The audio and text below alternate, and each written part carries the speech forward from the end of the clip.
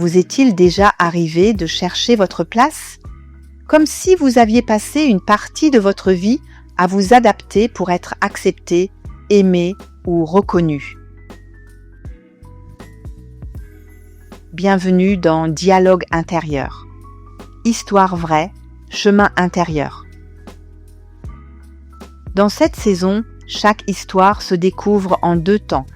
Un épisode décryptage pour comprendre ce qui se joue à l'intérieur, puis un épisode témoignage pour entendre le parcours de celles et ceux qui l'ont vécu. Je m'appelle Elke Soufflier. Je suis psychopraticienne certifiée en IFS, Internal Family Systems, et en TCC, thérapie cognitive et comportementale. Je reçois à Paris et en vidéoconférence. Ce que je vous propose ici est un espace de réflexion et d'exploration. Cela ne remplace pas une thérapie. J'utilise parfois le langage de l'IFS avec la notion de part. Vous pouvez simplement l'entendre comme différentes façons de réagir à l'intérieur de vous. Aujourd'hui, j'aimerais prendre un temps pour parler de l'influence que certaines relations peuvent avoir sur la construction de notre identité. Dans le témoignage que vous entendrez la semaine prochaine, Cécile raconte une enfance marquée par la présence d'une mère dont la personnalité occupait beaucoup d'espace. En l'écoutant, je me suis rappelé à quel point les premières relations de notre vie participent à la construction de notre identité.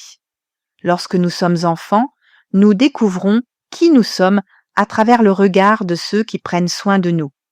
C'est dans ces liens que nous apprenons ce qui est permis, ce qui est valorisé et parfois aussi ce qui semble devoir rester en arrière-plan. Lorsqu'un parent est particulièrement critique, exigeant ou envahissant, l'enfant ne cesse pas d'exister pour autant. Il s'adapte. Il cherche à préserver le lien dont il a besoin pour grandir. Progressivement, il peut commencer à accorder davantage d'importance aux attentes de l'autre qu'à ce qu'il ressent lui-même. Ce mouvement est souvent discret. Il ne se produit pas du jour au lendemain. Il s'installe au fil des années jusqu'à devenir une manière naturelle d'être au monde. Dans son récit, Cécile raconte Et dans mon rôle de petite fille, je veux plaire à ma maman et donc ça me met des fois ça me met toujours dans la négation de moi-même pour pouvoir répondre à ses besoins à elle avant les miens. Lorsque j'ai entendu cette phrase, je me suis demandé combien d'enfants portent encore aujourd'hui cette même intention. Car derrière ce désir de faire plaisir se cache souvent quelque chose de profondément humain. Le besoin d'être aimé, reconnu et accepté par les personnes qui comptent le plus pour nous. Le problème n'est pas ce besoin. Nous l'avons tous. La difficulté apparaît lorsque l'enfant commence à croire que sa place dépend de sa capacité à répondre aux attentes de l'autre.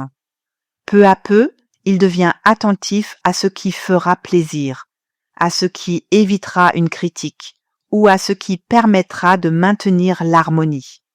Pendant ce temps, ses propres besoins risquent de passer au second plan, non pas parce qu'ils disparaissent, mais parce qu'ils occupent moins d'espace dans la relation.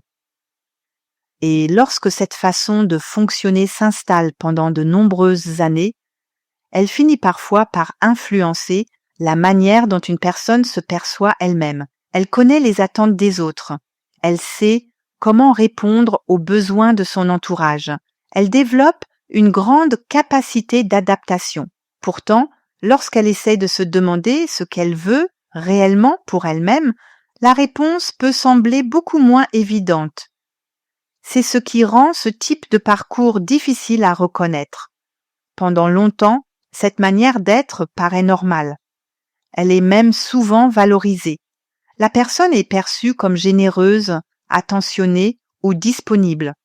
Ces qualités sont réelles, mais elles peuvent parfois masquer une peur plus ancienne, celle de décevoir, de provoquer un conflit ou de perdre l'amour de ceux qui comptent. Dans le modèle IFS, nous pourrions dire que certaines parts protectrices ont appris très tôt que l'adaptation était la meilleure stratégie disponible.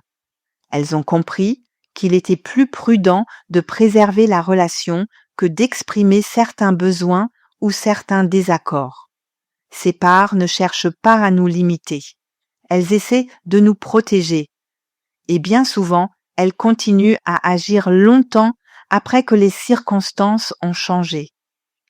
Dans son témoignage, Cécile raconte également: J'ai beau avoir 60 balais, je me positionne comme la petite fille qui veut sauver sa maman. Cette phrase me touche particulièrement parce qu'elle révèle une responsabilité que certains enfants portent sans même en avoir conscience.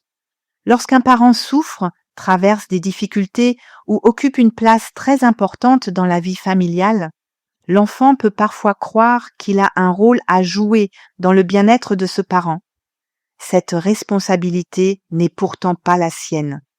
Mais lorsqu'elle s'installe très tôt, elle peut continuer à influencer la vie adulte pendant de nombreuses années.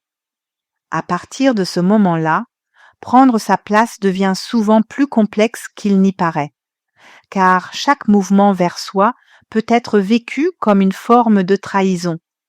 Dire non, poser une limite ou faire un choix différent peut éveiller de la culpabilité, même lorsque ces décisions sont parfaitement légitimes.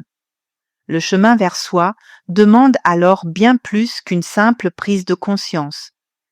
Il implique de revisiter certaines croyances construites très tôt dans la vie. Il demande d'apprendre progressivement que l'on peut aimer quelqu'un sans porter sa souffrance, rester en lien sans s'oublier et exister pleinement sans avoir à mériter sa place. Lorsque ce mouvement commence à s'installer, quelque chose change doucement. La personne cesse peu à peu de se définir uniquement à travers ce que les autres attendent d'elle. Elle découvre qu'elle peut également s'appuyer sur ce qu'elle ressent, sur ce qu'elle pense et sur ce qui est important pour elle. Ce processus est rarement linéaire. Il avance souvent par étapes, au rythme des expériences, des prises de conscience et des rencontres qui jalonnent la vie. Pourtant, chacune de ces étapes participe à la même transformation, celle qui consiste à passer d'une vie construite autour de l'adaptation à une vie qui laisse davantage de place à son identité propre.